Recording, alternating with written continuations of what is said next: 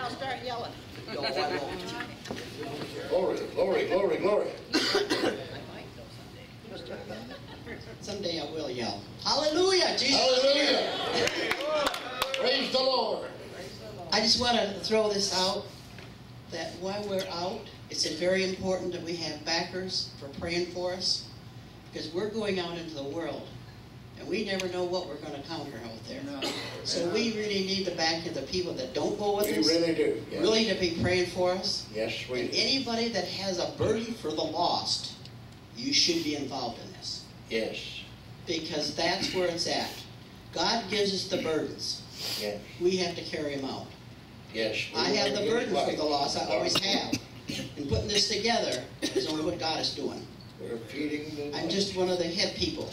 But I've got wonderful people now that have already volunteered. And we were all set up to go, and we're getting excited to do this. Praise the Lord. Because Praise we know, the Lord. when you mentioned that, Amen. what was going to happen. I really Amen. sense the power of God, that He is going to move on us. Amen. We're out there. And we're believing for it, too. We're believing. But if more wants to come the following week. Because I've got it all set up for this week for the group, because we're going out in twos. God always sends His people, His disciples, out in twos. So we're all set up for that. If you want to come and join us, got a burden for the lost, come the next week. Because this is always things that we're discussing and praying about where we're to go. He's already picked out 2 places for us to cover, this week and next week. So God is ahead of us already. Amen. Okay? God is in it. Amen.